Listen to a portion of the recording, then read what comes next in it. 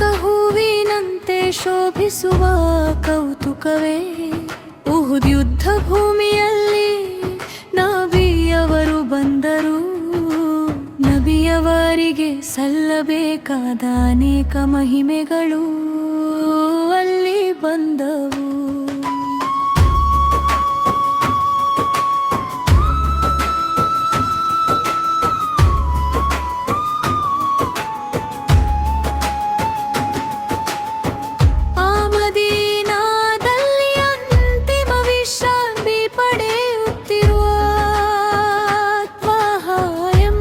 ಚಂದಿರನಂತಿರುವ ಮಲವೇ,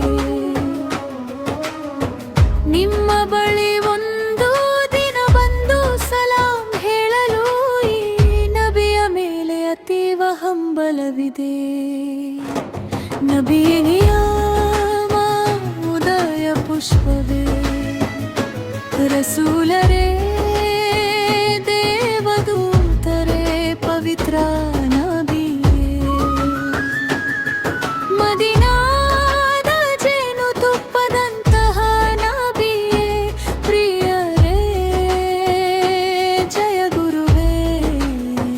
ಗುಣಮಣಿಯೇ.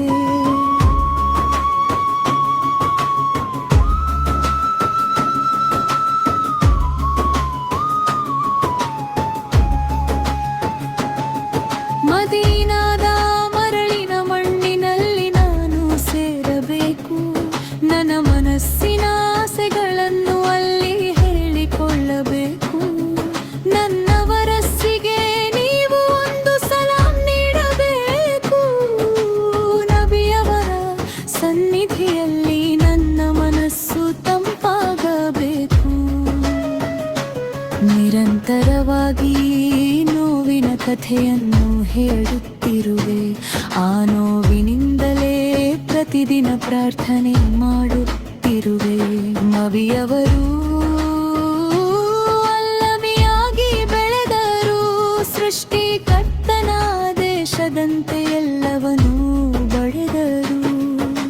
ಚಂಚಲವಿಲ್ಲದ ಮನಸ್ಸಿನಿಂದ ಗೌರವಿಸುವೆಯೋ ಸೈದರೇ. ಪ್ರವಾದಿಗಳಲ್ಲಿ ಶ್ರೇಷ್ಠರಾದವರೇ. ಜಾಶಾ